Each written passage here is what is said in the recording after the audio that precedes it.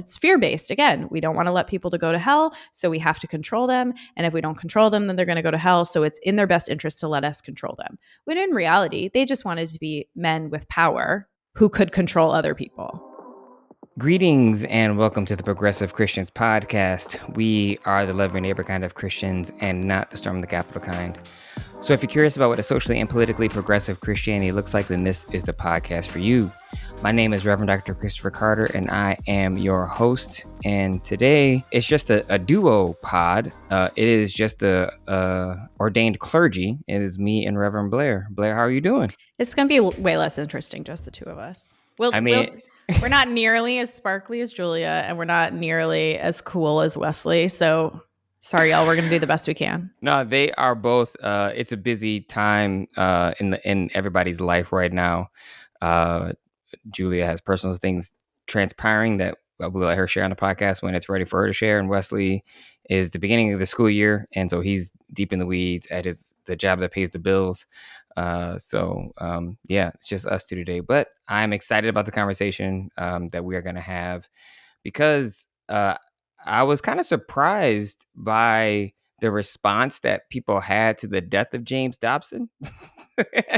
Like on TikTok and on Instagram, my feed was full of people talking about it, and some people celebrating it, but also some people just really reflecting on the ways in which Focus on the Family and those kinds of conservative Christian organizations influence and shape their childhoods and how they are trying to parent differently in light of that. So that's what we're going to be talking about today, and kind of getting into just a couple of the key areas that we know James Dobson and his organizations, I should say, how they really shaped political policy, how they shaped parenting in America for the last, 50, 60 years. But before we get to that, I want to begin by first of all, I just want to thank April for joining us on the podcast last week. Yeah. That was by far our most downloaded podcast on YouTube.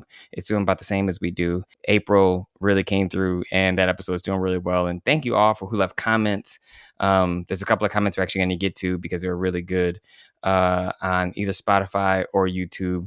But definitely shouts to April for coming through, and just that was such a great conversation, and I really, really enjoyed speaking with her.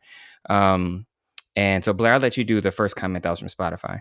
Well, yeah, and I also wanted to name that we were glad to have April on the podcast, and also realizing that we're like in this sort of network of friendship. So April is on a regular podcast called the Tim and April podcast, which is part of the New Evangelicals network. And our dear friend, Melinda Hale, is the new executive director of the New Evangelicals. And so April didn't know that we knew Melinda and that she's been on our podcast before she joined us last week. So we're grateful April kind of gave us a shot and had that great conversation with us. But now we're like, hey, well, this is like, we're all in the same club here. Exactly. So we'll see what comes of that. The anti-Christo-fascism club? Is that where we're in? I think so. I mean, I'm happy to be in that club. But some great comments we just wanted to highlight. Bradley Sharp is a regular listener, regular commenter on Spotify, and he offered this comment on last week's episode. This is a good reminder to start with my own humanity and see it in others. In reality, I don't care about Democrat, Republican, tribalism type politics. What I care about are real human issues that I can probably agree with many of my, quote, enemies. Perhaps if we start in that shared humanity, we can work toward more humane and sustainable solutions. I don't want to forfeit my humanity by denying the humanity of others.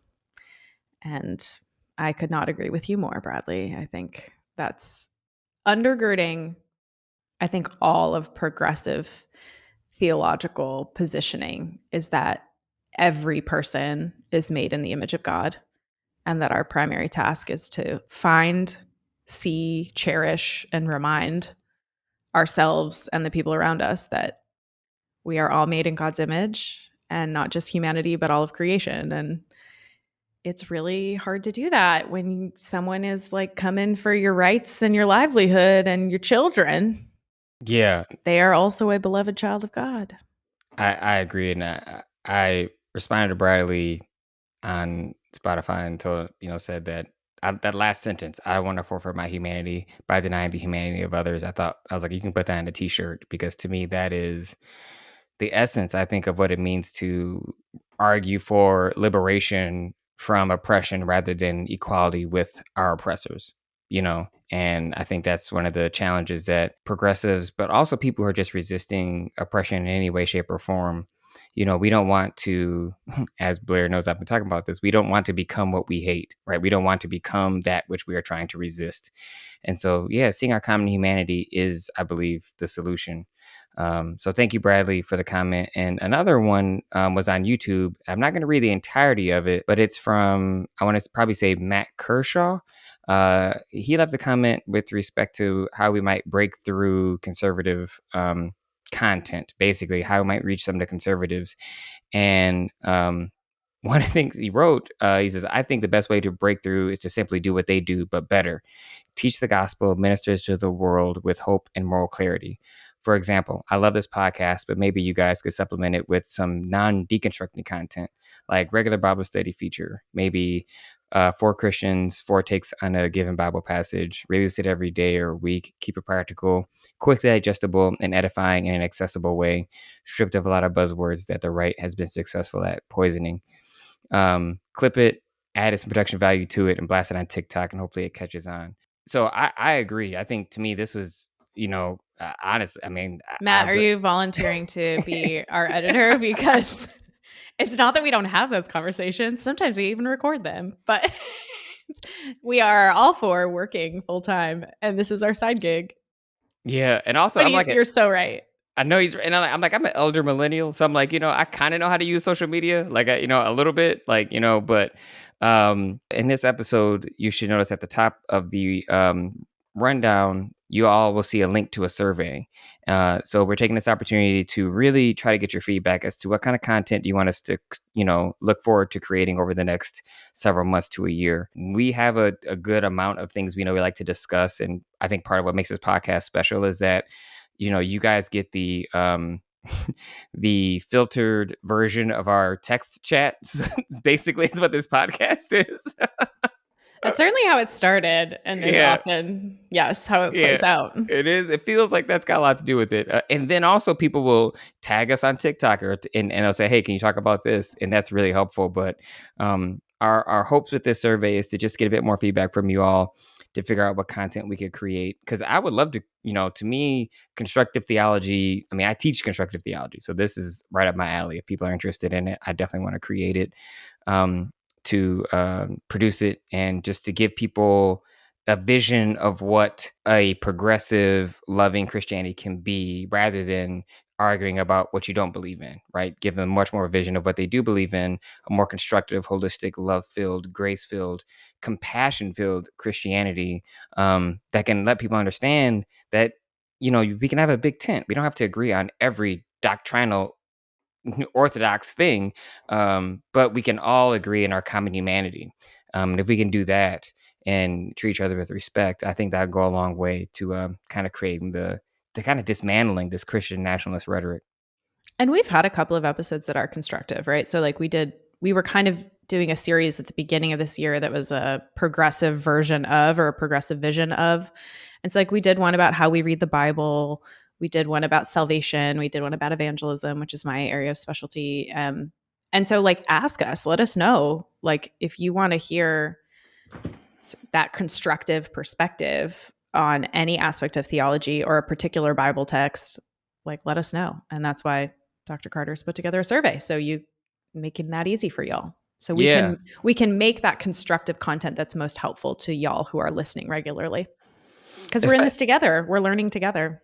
Yeah. We are not professional podcasters, although I think Blair, in a weird way, it's going to be interesting. Like I said, I can't wait to read dissertation, because I feel like there needs to be some sub chapters, something on here about media. And because this is, as I've said before, thinking about this podcast as evangelism has been a game changer for me in terms of how I approach it and how I think about the importance of it, what it is we're doing.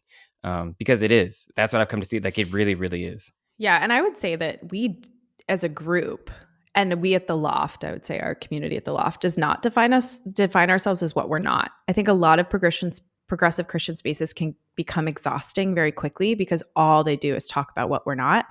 And I really appreciated Matt Kershaw's comment at the end. He says, at the end of the day, we need to be seen as valid Christians in our own right, not disgruntled offshoots of the bigger, more resourced, far more culturally dominant churches.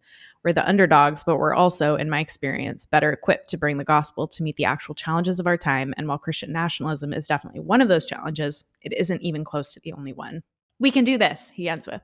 And I agree. Like, I think a lot of our actual time together in our local community is the building up, is the constructive, is the loving, sharing, growing, worshiping, singing. We don't always cross promote, but like come listen to the Loft podcast because it's Dr. Carter's sermons, and I'm occasionally pop up, and we have other folks. Like that is more of the edification, the celebration side of things, the proclamation of the gospel in a positive way, and not in a I'm saying negative, but like we're not necessarily using it to negate what we're not, but really, really loudly proclaiming what it is that we are. And so maybe we can do more of that on this podcast. We'll work on that. Yeah, exactly. I thought about that as well. I'm like, just trying to think through what does it look like for us to do some of that cross promotion, or however you want to frame it. And with respect to thinking about pushing back against some of the larger issues, I think it's a good time for us to transition towards talking about Dr. Dobson, as he is often if you want to talk about media, yeah, I mean, that's one of the challenges, is that really healthy progressive Christian spaces tend to be very small and under-resourced.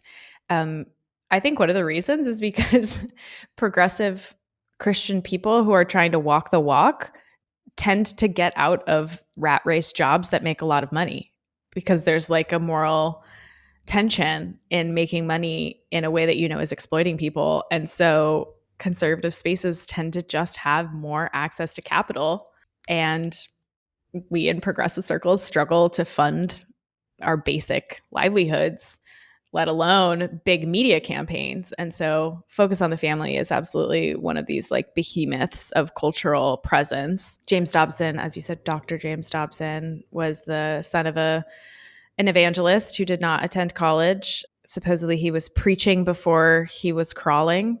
Some like crazy thing like that his father used to say about him. I heard on another podcast. James Dobson did do formal education. He went to the University of Southern California, unfortunately, which is my alma mater, and earned a doctorate in child development and developmental psychology, and then joined the faculty at USC.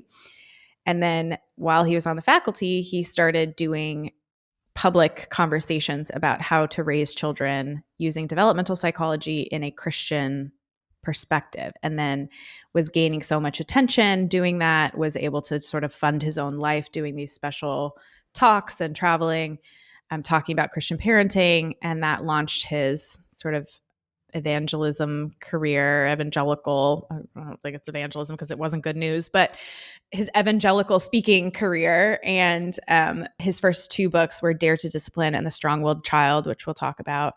But then he kind of turned that fame into Focus on the Family, which became a massive media corporation, Christian media corporation, and then other organizations like the Family Research Council and the Alliance for Defending Freedom, which we'll talk about. But I don't know about you, Dr. Carter, but I watched Focus on the Family cartoons, and I used to fall asleep to Focus on the Family stories. And my progressive Christian parents listened to them with me and didn't bat an eye because they were Bible-based and generally positive messaging. So like, there's a lot of really, really horrible things that came out of James Dobson's life. But just like horrible things can come out of good intentions, good things can also come out of horrible intentions. And I learned the scripture, count it all joy, my brothers, when you face trials of any kind, for the trials you face, build your perseverance so that you will grow in faith and become lacking in nothing. And that became like a really important scripture in my life that I learned from listening to these Focus on This Family stories. We also learned the story of the hymn "It Is Well With My Soul." That was one of the tapes that we had. It was written by a man who lost his entire family on a crossing of the English Channel, and wrote the hymn while out looking at the place where the boat had sunk with his wife and 2 daughters, and just like, what does it take to have faith in like a really, really horrible, horrible moment of life. And so those are stories that I cherish that are like part of the foundations of my faith, and it was focused on the family that helped me learn them. So it's hard sometimes to realize that like there are good things that I have that came out of focus on the family, even in the midst of what we're going to talk about as really, really harmful, damaging effects. And actually, Blair, I think this is really good because we didn't put this in a rundown, but I should note that I did come across a lot of people who talked about the complicated legacy. Like there were some women, especially who I posted on social media, who talked about how while he promoted a kind of corporal punishment, patriarchal aspect of parenting that really was damaging, he also talked a lot about men being compassionate and actually treating their daughters and treating people with compassion, and how how that changed the way their dads treated them and interacted with them and engaged with them, and actually fostered a particular kind of kindness that they hadn't experienced in their father, especially until he had encountered focus on the family. And this was from a numerous, like definitely more than a handful of people. And so I think, this is classic. I like to talk about Dr. Becky. You can see her book behind me if you are watching on YouTube, Good Inside. Two things can be true. Two things can be true. And like, so yeah,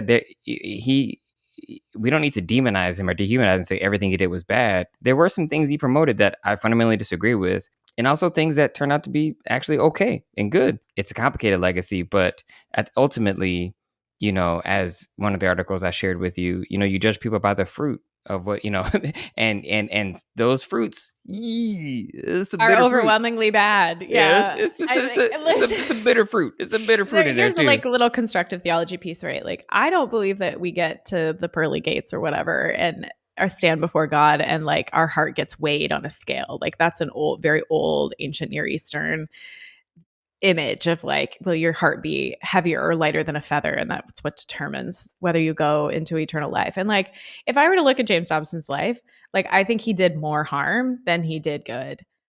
But I also don't think that's how God looks at us. Like we are not defined by the worst things that we've done. And that's one of the complicated things about being a progressive Christian is that we do have to look at people, even who have done more harm than good, as complicated children of God, and trust that, like, I trust that God has met James Dobson with grace. I don't know exactly what that looks like, and I don't know how that felt for James Dobson, because he was absolutely going to have to be confronted with all the things he did that harmed people. Like, I think you have to stand in front of it. But ultimately, I believe in a God that welcomes every beloved child as a beloved child. Yeah, and I think this is accountability. I think this is accountability. And maybe this is another episode about eschatological constructive end time stuff. But yes, let's talk more about it though. So like for folks who may not know, Dr. Carter, can you run us through like what was James Dobson sort of most known for in this parenting realm that has caused people to have these like really strong reactions? I think one of the things that he's definitely known for in Dare Discipline and The Strong-Willed Child is his argument for corporal punishment as Christian. Basically, he argued that it's in harmony with nature itself and portraying it as a kind of benevolent love. And The Strong-Willed Child, he basically suggests that corporal punishment is like having a pet. I mean, he compares it to having a pet, which I would tell you, given that my wife is a veterinarian, people usually hate actually comparing children to having pets. But he wrote, just as surely as a dog will occasionally challenge the authority of its leaders, so will a child, only more so. And then he talked about like, if a child pulls on a dog's tail, the dog might bite him.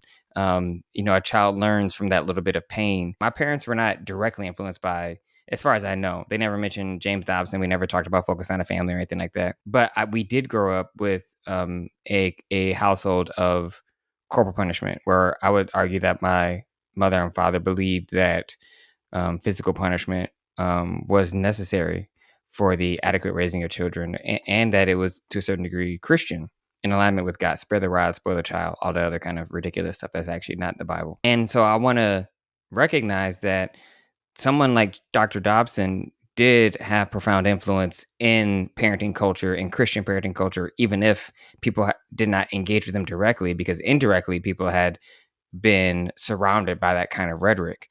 And so yeah, I've shared a little bit of this on the podcast before, probably. I did grow up with corporal punishment, like to the edge that would qualify as abuse, and it took me a long time to disentangle, to even to get to the language of abuse, like, for my therapist could talk about what's happening and me see it as that, rather than seeing it as appropriate discipline, because it wasn't.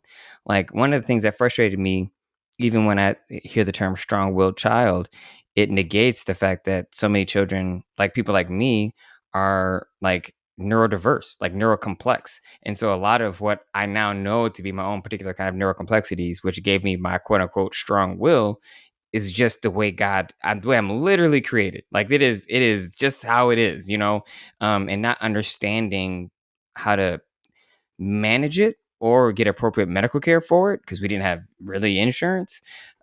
These are the kinds of things that I think that James Dobson, that a lot of people really, really went after him on social media, because it's harmful. You shouldn't beat your kids. Do not hit your children. We are not, do not hit your children. I'm going to say that, and I'll turn it over to you, Blair, but I Well, want you to end with that. I'm gonna let you say it, not because I hit my children. I don't. But I also know that there's like cultural and racial differences. So like, I have had conversations with Black families or Black communities that have said to me, like, don't come in here as a white woman and tell us not how to treat our kids. And so I'm like, I think it is important that you're saying that from your life and your experience. Yeah. And actually, I want to say something real quick to that point, because what made me move from corporal punishment, or recognize that it wasn't theological, was my cultural studies courses and learning about the development of racialization and race thinking. So historically, in West African and South African cultures, there was no corporal punishment. People did not hit their children. They disciplined children in the ways in which we're going to talk about, probably similar to how we discipline our own children. The legacy of physical and corporal punishment within Black American culture comes from slavery. It comes from the fact that we were beaten into submission as slaves. And we've carried on that kind of corporal punishment, physical punishment as a means of control legacy. It has nothing to do with our faith and everything to do with the legacy of enslavement. And once I learned that the reason we are within Black American culture, corporal punishment is seen as a way to make sure your children are prepared for the world, I was just like, I'm out. Like, I'm just, I don't need to. No, that is a traumatic response, is what that is. And so, how do we heal from that trauma? First, you have to name it as a trauma, and grow from it. And I'm happy to say that, my siblings, like, we've all, none of us use corporal punishment. Like, we've all moved away from it. But we're like the first generation to actively talk about it too. And so, yeah, it is complicated. So thank you for naming that, because a lot of us within like, we haven't named that as a particular kind of trauma. Yeah, and it's something I've just tried to learn about, right? It's like I can have my own opinions and perspectives based on my experience as a white person, and know that that does not meet and understand the depth and complexity of parenting that's happening in other cultural situations and with other kind of racial and ethnic pressures. So thanks for just being like open and honest about how you've learned and shifted perhaps your thinking based on what you experienced as a child. Yeah. Well, I was going to ask, I'm curious, like, how, well, like, you talked about some of the positive ways that focus on a family influence your family. I'm curious, I've named some of the negative ways. Like, how would you say there were some negative things that you can recall, that or do you think your parents were like kind of wise enough to kind Oh of set man. aside some of the negative stuff, I you mean, know? I do remember being spanked very occasionally as a kid, but not much. My parents, though, were they were very disciplinarian, but it didn't make any sense. Like, they would be strict just to be strict, just to like remind me that they were in control. And it didn't make any, like, we would just get in trouble for like the most random things. And then the biggest tool and this is where, am parenting alongside folks in the Asian communities in America, my parents were big shamers. Like they were, I'm disappointed in you. I'm, this isn't the kind of kid I thought you were. I know you can do better than this. This sort of like tiger parenting, high expectations, high performance. Um, that some of my Korean and Japanese and Chinese friends experienced growing up at a much more extreme, in a much more extreme way. But my parents were very much like, you're a good Christian kid and you should behave like a good Christian kid, and you should not make me angry, and you should not make me have to give you limits. Yeah, but then they would just say no to stuff all the time for like literally no reason at all. Yeah, no, I have figured out that to get my mother to say yes to anything, I had to ask her like first thing in the morning. So I like hacked it. I had a hack. I was like, if I ask her first thing in the morning before she has her coffee, she's more likely to say yes. That's hack number one.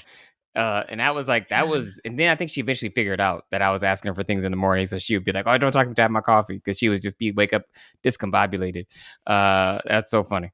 And it's funny now because looking back, I say it didn't make any sense, but now that I'm a neurodivergent parent, parenting neurodivergent kids, and I now know that both my parents are neurodivergent. My dad probably should have an autism diagnosis. My mom should probably have an ADHD diagnosis. Now I understand that it may not have made sense to me, but whatever was going on in their lives and their ability to like manage their themselves and their own limits, that sometimes that came down as like a discipline upon me, but they didn't know how to describe that to me. So one of the things I'm trying to do differently is we do try to use natural consequences as much as possible. So like I do let, it's part of what Dobson is describing of like, if you pull on the dog's tail, you're going to get a little bite. Like I let my kids do those kinds of things where like they're going to get in trouble. They're going to feel a little bit of like what might happen, the danger, because that is a good way to learn. So like there is a developmental backing behind that.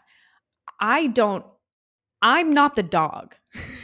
Okay. That's what I was So gonna say. like Exactly. that's the key difference is like I would not let a dog chomp my child, right? So I'm not going to let my kid pull the tail of a pit bull I've never met. I'm sorry, I shouldn't demonize pit bulls. Excuse me. I'm not going to let my dog pull the tail of a chihuahua we've never met because they're much more likely to bite you than a pit bull. Let's be real. Pit bulls were bred actually as babysitting dogs. If you don't know that Exactly. in history, Hmm. but like I'm not going to let my kid pull the dog like the tail of a strange dog. Do I let my kids get close to my dog? Yeah, I do. Do I let them like learn from her that they're getting too close? Yes, I do. But like that's the difference is like boundaries that encourage risk taking that help you learn natural consequences are one thing. Boundaries that don't make any sense, that are disciplinarian just to be disciplinarian and assert authority and assert control, I don't do that at my house.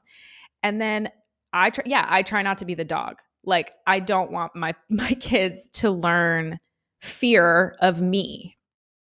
And so the key difference to how I was raised and the discipline that didn't make sense is that I am now aware of my own neurodivergence and my own limits and my own capacities, and the fact that I'm a human being who has bad days and makes mistakes and does things wrong and says things wrong. And I try to own that in my parenting. So I spend a lot of time apologizing to my kids. I spend a lot of time stopping, reflecting, telling them I'm out of control. Mommy needs your help. Mommy's not calm. Can you help mommy calm down? And doing like co-regulation with them. And I think that's a key difference between how my parents raised me and how I'm trying to raise my kids. Now, I am lucky that my parents have grown and continue to learn, and actually I have a very healthy relationship with my parents, and we've worked through all of that, and they have a different understanding of it now too. So it's not like I didn't get my apologies. I did, just not when I was a kid. But I apologize to my kids all the time, because if I'm wrong, I'm going to own up to that, and I'm going to model that for them, and they do it to me too. That's what I was gonna say. So I'm like, because I yep, model it, they do it too. yep. And I think that's the key here. Is like, it's repair work, and I think that repair work is definitely healing for us to actually acknowledge we made a mistake. And I mean, I've had some of the most intensely close moments I've had with Isaiah have been when I have made a mistake and I'm like, I messed up. I'm sorry, it's my fault, and he is like, and he'll be like, Daddy, you did, and I forgive you. But like, we've had a couple times where we've had an argument because, Isaiah is very, argumentative. Like, he's smart. And so he has a lot of ways in which he wants to engage in debate. And sometimes it can be, my mom used to say, like, you she'd be like, "You're working my last good nerve." Like, she's like, "You're working my last good nerve." I say it as, do you want to have mean mommy? Do you want mean mommy to show up? Because mean mommy is about to come out. I don't like mean mommy. You don't like mean mommy. So can you help me keep mean mommy in the closet? Like, I don't want her out today. But Yeah. that's where we are. I also realized too now that my mom was hyper stressed because of like sexism, racism, and all other kind of stuff like that, and so that makes All the sense. things. Yeah, and so that totally makes sense.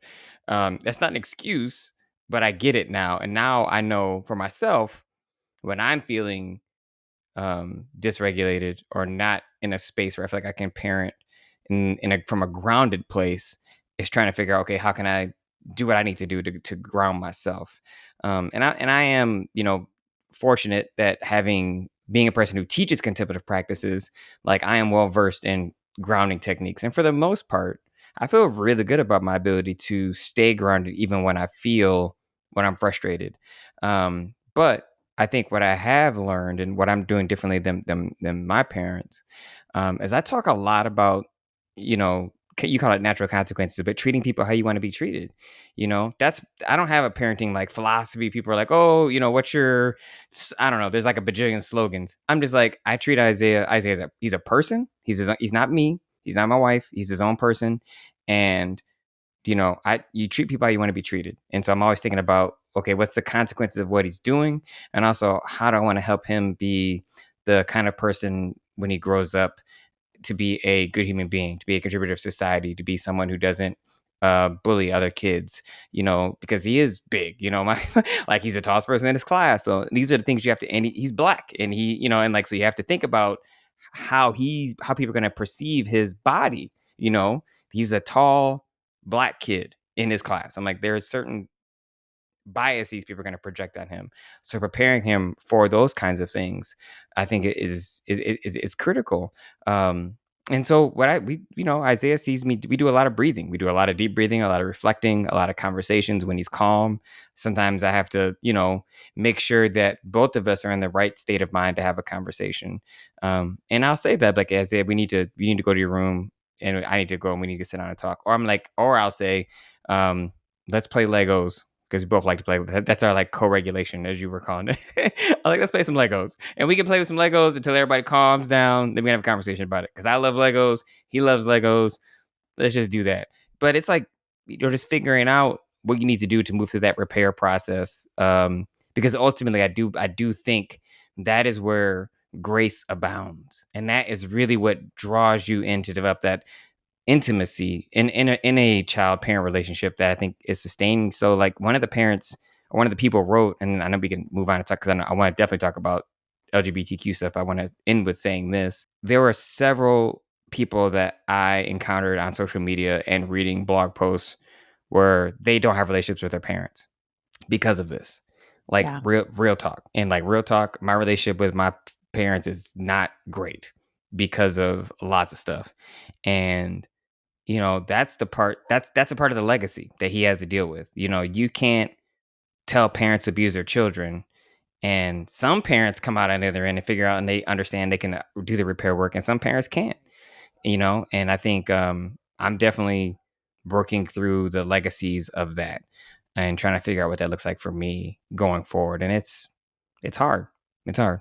Yeah. And this is where like attachment theories come in from like a developmental psychology perspective, is how you expect how you expect your primary caregiver to react to you is part of how you then learn how to attach to people who are in authority or you're in community with in the rest of your life. And we've talked before about how this sort of anxious attachment, which is either from an absent parent or a violent parent, where the person who is supposed to be giving you your primary care, whether that's protection, food, safety, etc., if you are anxious constantly that they're either going to disappear or coerce you or harm you, then you develop a baseline of anxiety as how you operate in the world.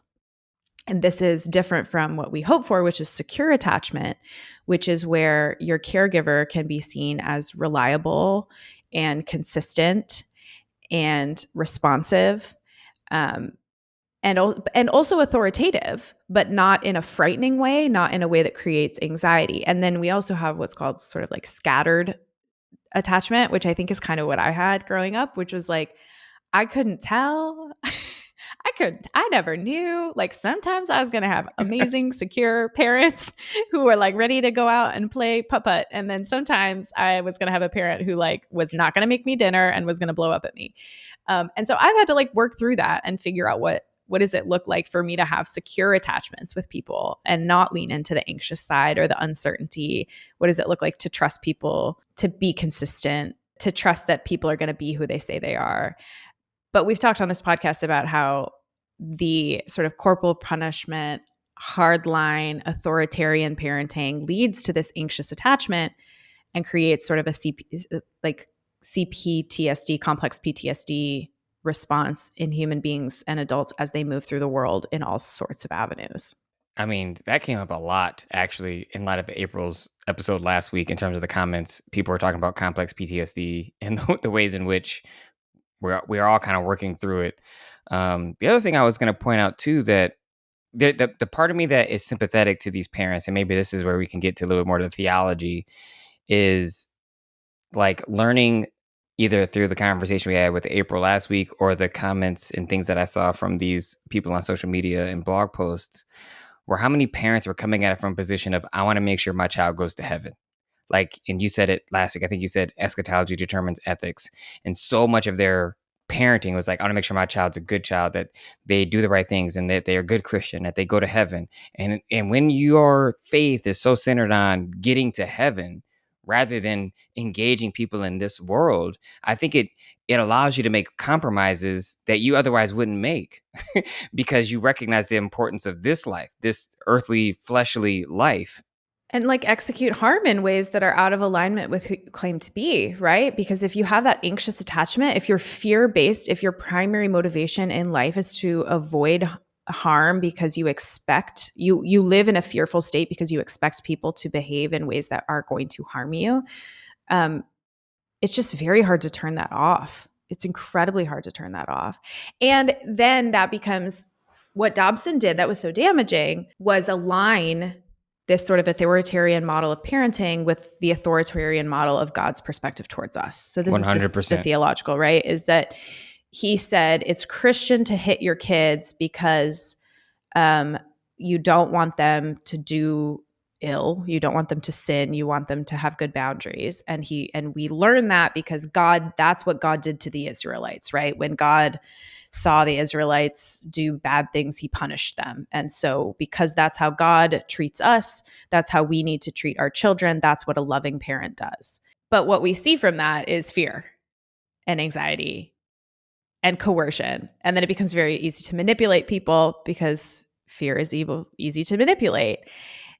On the flip side, this sort of respectful imago Dei kind of parenting that we're trying to do, where we see our children as whole human beings and we ask that our children see us as whole human beings, like recognize that we might make mistakes.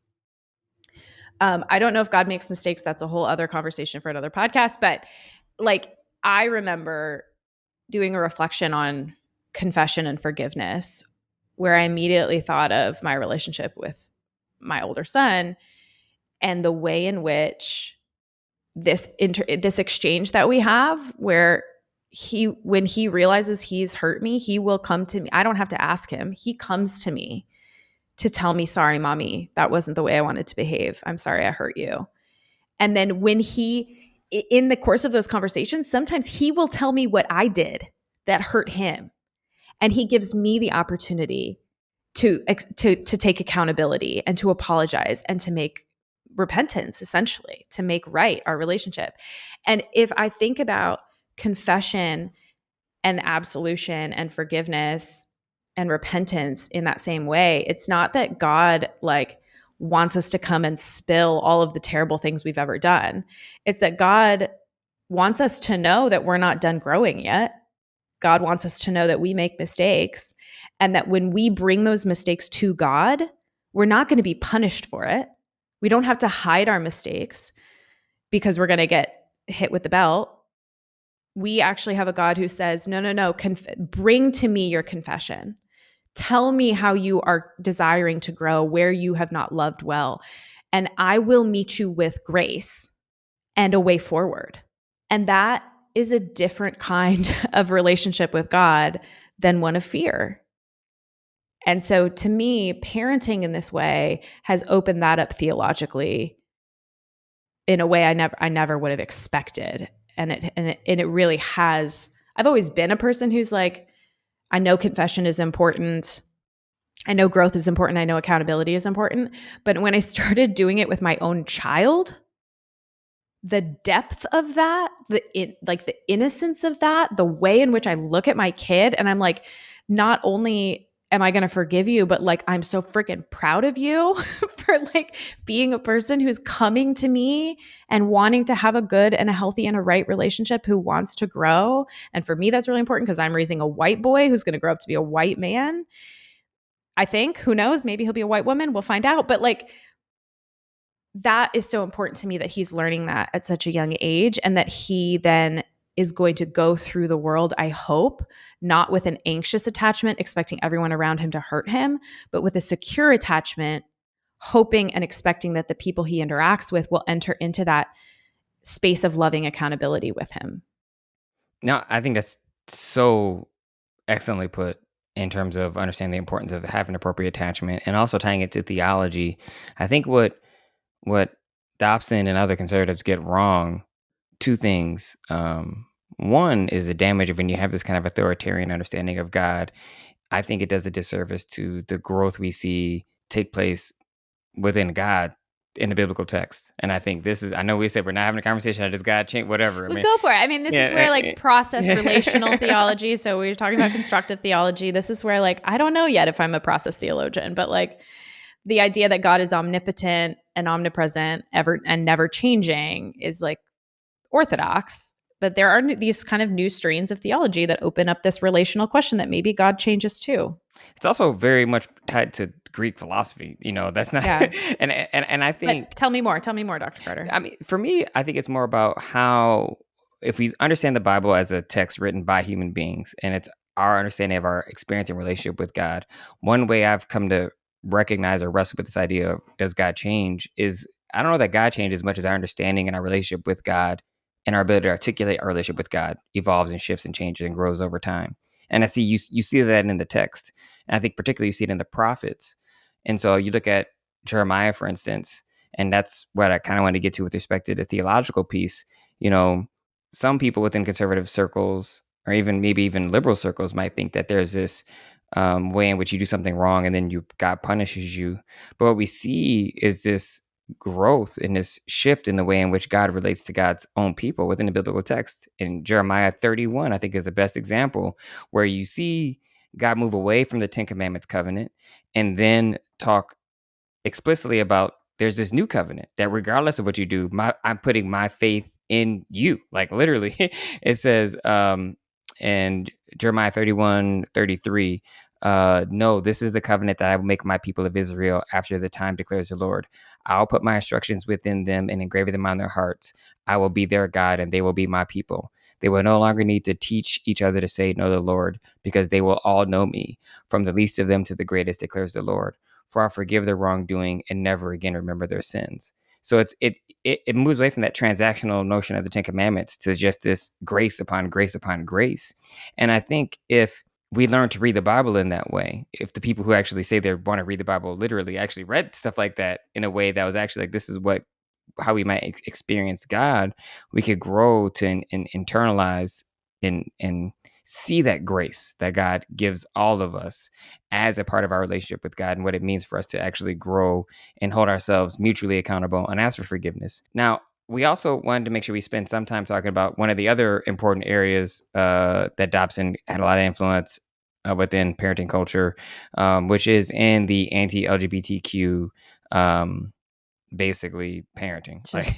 And society, right? So like, I think if you understand that he's operating in this sort of under this mandate that as a quote unquote man of God, he is able to authorize what is and is not godly, that and then move through the world in this authoritarian way. That's what leads to this imposition of values on people who are not necessarily Christian, who didn't ask for it.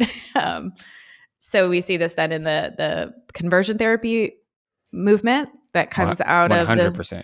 the Family Research Council, which is that you if you love your child, then you will prevent them from going to hell by any means, which includes trying to change their sexuality, which we know from a psychological and neurological perspective does not work. But the Family Research Council, which came out of Focus on the Family, started these literally conversion camps in Colorado where people would send their gay children to pray the gay away. And we know that literally torture tactics were used to try and convince children not to have same gender attraction any longer. And the whole story around that is horrendous and makes me throw up and is just terrible. But thank you, James Dobson.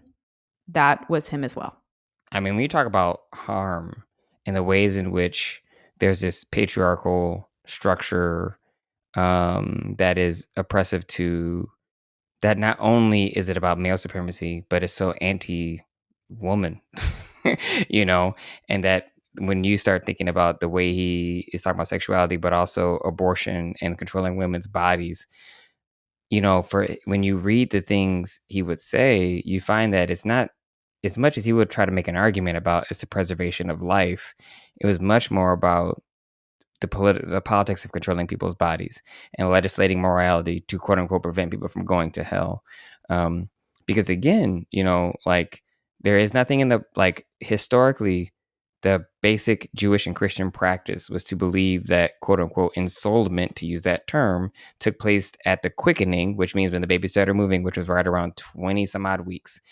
If anything, we could say within looking at Thomas Aquinas, that's around the time they would say that, you know, if something happens, if that baby dies, they're going to have a funeral and it counts as a person. Anything before this, there is no theological historical account. And the move towards taking abortion seriously is so deeply tied into racism, so deeply tied into pushing back against civil rights. We can't escape that. You know, we have to take that seriously, that so much of this quote unquote moral argument is tied to white supremacy. And that just is a fact. And I think when we understand it from that perspective, I think it ought to make a step back and say, why do we feel as though we need to make this the like, what's the benefit of taking this political strategy, right? To argue for a kind of Christian supremacy or a political framework that gives religious organizations more freedom. Because that's ultimately, I know you're going to get to this, Blair, what he's trying to talk about. They're trying to make sure that the government can't interfere on what they're doing so they can discriminate on religious grounds. That's the whole point, is they want to be able to discriminate. They want to be able to be racist, sexist, whatever, and saying it's a matter of religious freedom rather than against our civil morality, right? Yeah. And Dobson was a huge funder, huge thought leader in the religious right when it shifted from the religious right after the civil rights movement. They started to use religion as a reason to continue segregation and other kinds of race-based discrimination. But then also, when they realized they were losing that as a moral motivator, that segregation wasn't selling anymore, that's when they started talking about abortion. So abortion became a political rally cry in the religious right when it didn't have a theological grounding prior to like the 1960s and 70s, which is when Dobson is kind of rising into prominence in this setting. And then the religious right continues to use this rhetoric of, we can't allow society to fall into sin, therefore we must eliminate the sin. It's this overreach of authoritarian assuredness that you have to control other people, and it's fear-based. Again, we don't want to let people to go to hell, so we have to control them, and if we don't control them, then they're going to go to hell, so it's in their best interest to let us control them. When in reality, they just wanted to be men with power, who could control other people, right? And this then, so Dobson is huge in developing the kind of argument of the quote unquote homosexual agenda. He is instrumental. I know. Well, the term gay agenda always made me laugh because having a gay father and then being like the gay agenda, I'm like, is that just? I always be like, is it just smelling nice and dressing nice? You know, having a Having well decorated. fun, I know. I'm loving like who you are. that's my experience of the gay agenda growing up. I'm like, maybe we don't know what your experience is, but my experience is actually pretty good. So anyway, Yeah. And but yeah, this argument that pops up in media of the gay agenda, the homosexual agenda. So then we know that the conversion camps come up to resist this, but then also they're trying to popularize. So we can't make Black people the bad guy anymore. So we can't use that. We have Roe v. Wade passed, so we can't control women's bodies and abortion. That can't be the primary thing, although we'll keep pushing on it.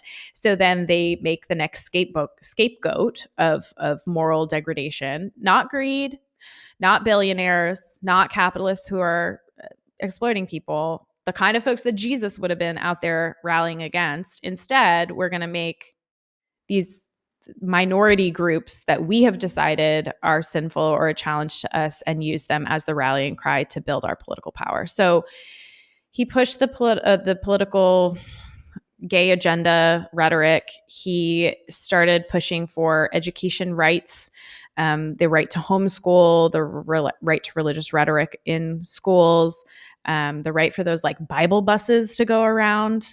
Do you know about those? I no, thought this was a thing that only happened in the South until I pastored in the Inland Empire of California, and we had a Bible bus that would go to our local school, and it's literally a time out where the kids are allowed to leave class and go get on this school bus to learn about Bible lessons. And the kids all opt in because they get candy and treats. But like literally, they just make a mobile VBS basically and bring Bible lessons to the public schools to bribe children. And they allow it. And Dobson was a part of creating the Alliance for Defending Freedom, which was essentially a legal rights organization that brought these cases to allow these things to happen. They are also behind the Masterpiece Bake Shop case in Colorado, when a theoretical cake that didn't actually happen. There was no cake requested by a gay couple, but like this cake maker was like, you are impinging on my religious freedom by saying I can't refuse to make a cake for a gay couple. And then eventually he lost the case because the court was like, so there wasn't actually a gay couple that asked you to make a cake and you said no and they're suing you. He's like, no, I just want to like protect myself. And the courts were like, yeah, you don't, that's not how the law works. But they've also brought anti-trans lawsuits. And then ultimately Alliance for Defending Freedom was instrumental in overturning Roe v. Wade with the Dobbs decision.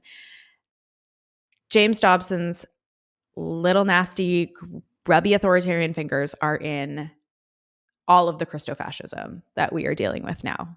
It is up and down and inside out, all of it. And I think this is where, again, if you didn't listen to last week's episode, please do, because, or at least get April's book, because her section on the persecution complex within the Christian right, I thought was so helpful for me.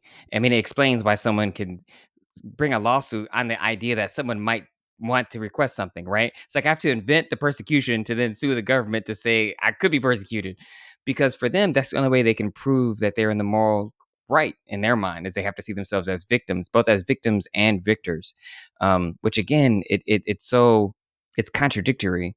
But you have to have in their mind, at least, you have to have this kind of contradictory statements. You have to hold them in tension in order for you to practice Christianity in the way that's going to lead you to, salvation.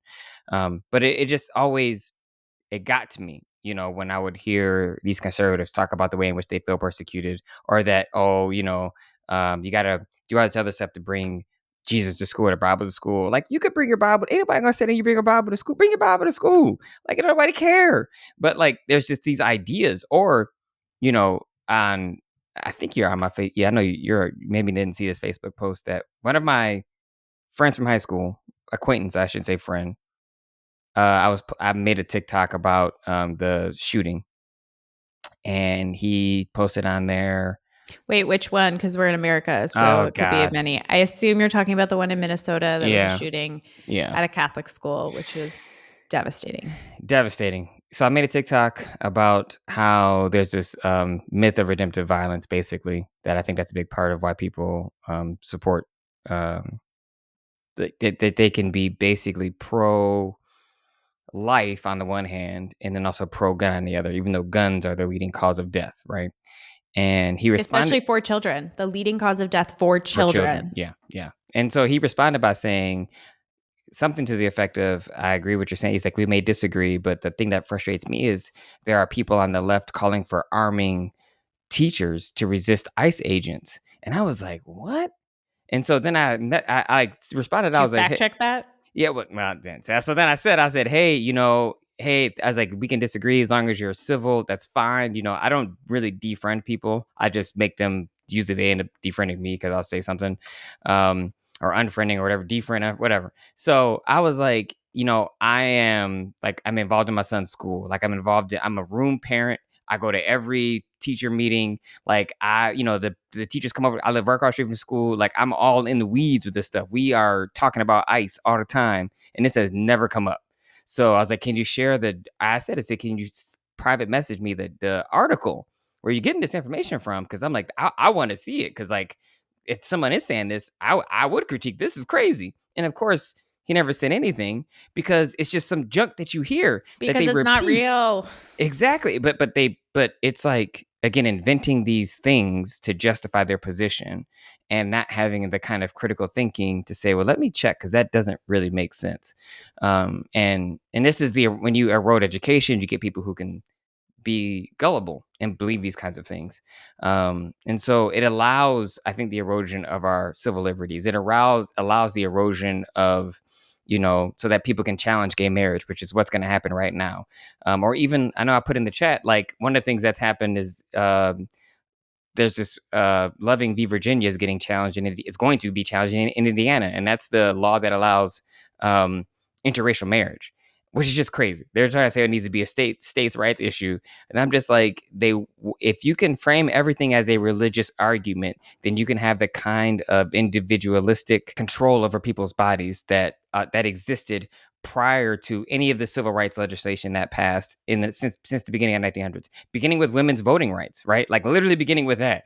They are coming for women's voting rights. I mean, they are. There was a law that already passed, I think. I don't remember what it was called, but essentially saying women have to vote using an ID that matches the name on their birth certificate.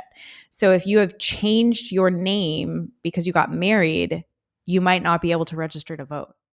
Yeah. Like that's taking away a woman's right to vote. They're literally undoing all of the civil liberties. And it's to concentrate power in the hands of a few white men so they can enrich themselves and their friends. There's nothing Christian about it. There's nothing theologically grounded about it. There's nothing biblical about it. It is greed. It is capitalism run amok. And it is like self-aggrandizement.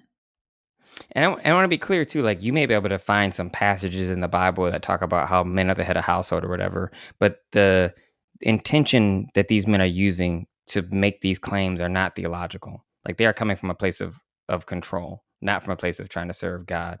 Because again, as the article that we are going to put in the show notes talks about, you know them by their fruit. We say this all the time. Like we know the fruits of the spirit, and we're not really seeing them in these people. So, well, Blair, is there anything else that you want to get to before we wrap up today? I know this was probably a good time for us to have a just us podcast, and we're talking about parenting, and we're the only people with kids on the podcast anyway. Yeah, I mean, I'll just throw out that if you don't know the story of James Dobson and focus on the family, we've put a couple of articles in the show notes, but also check out John Oliver did a great spot on the Alliance Defending Freedom and just ripped them apart. I think it's truly our comedians are doing some of our best journalism right now, and counting April in that, right? Like she is able to sort of tell these stories of Christian nationalism because she does it through humor, and that allows people to hear it. So just, keep celebrating the arts, keep celebrating truth tellers wherever they're showing up, and keep sharing the truth wherever you find it. And I hope, as you're joining our community here on the Progressive Christians podcast, that you can let us know the truths you hear us talking about and what what other things you want from us or need to hear us do, because it takes 5 positive comments to overcome 1 negative critique in the mind of a child. And we are dealing with a whole nation full of folks who've only heard that they are bad and born wicked. And we have a lot of work to do to get the positive imaging and the positive messaging of God's grace and God's love that we were raised in and that we try to perpetuate in our theology and in our ministerial work. So help us know how to do that better, and share this with people you think need to hear it. Yeah, definitely. So I also want to lift up. There are a few questions that we were hoping to get to, but we didn't have time today. But I know one from Drew, one from Lori Paul. There's a few, So we thank you for your questions. Just know that we are going to get to them. Some of the questions we're actually going to set aside for when all of us are here, because we thought to have a more robust conversation. But please, if you have questions, send them in. We will get to your questions. We're responding to comments on the YouTube and on other social media platforms. And please complete the survey. Give us your feedback so we know what content you want us to be creating. Thank you for joining us for the Progressive Christians Podcast. The Progressive Christian Podcast is the ministry of The Loft, a worship community of Westwood United Methodist Church in Los Angeles, California.